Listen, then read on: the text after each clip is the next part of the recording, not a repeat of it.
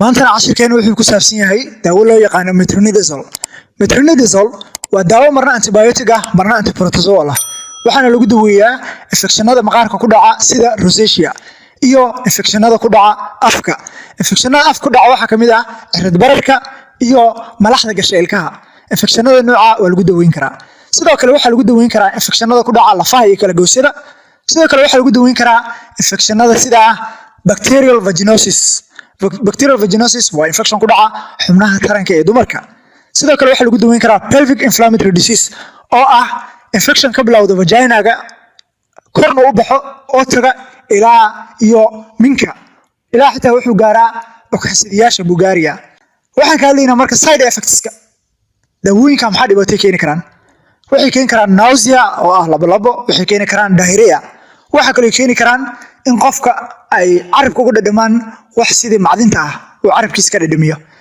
Haddii aan u soo laabto waxyaalaha ay daawadan daweynka waxaa kamid ah amoebiasis-ka. Amoebiasis-kana waa shuban. Laba nooc buu noqon karaa.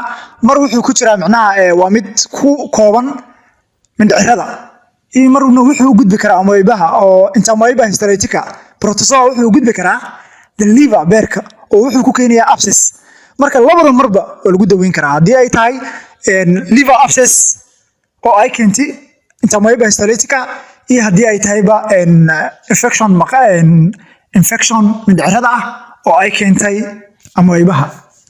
Sidoo kale waxaan ka hadlaynaa daawadan qamriga lama isticmaali karo sababtoo ah qofka hadduu daawadan qamri la isticmaalo waxay ku keenaysaa labo, calool xanuun, naqaska inuu ku dhago, wadna garaac iyo madax xanuun bay ku keenaysaa. Sidaa darteed qofka markii daawada la siinayo waa loo sheego waxa la yiraahdaa daawadan inta aad isticmaalaysid qamriga isticmaalin. Daawada markay ku dhamaatana laba biri kadib inta daawada markay dhamaato iyo inta labada biri dhexdooda lama ogola qofka inuu qamri isticmaalo. Sidoo kale gabadha uurka leh 3 bilood ay ugu horeyso looma ogola daawada metronidazole la yiraahdo inay isticmaasho sababtoo ah waxa loogu shakisan yahay daawadan inay gabadha dilin ku keento oo ilmaha ay ka soo saarto.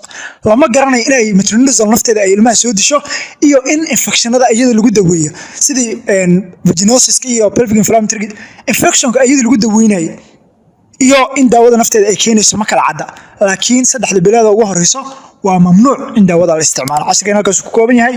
Subscribe to my YouTube channel, follow me on TikTok, halila socda saxaabta.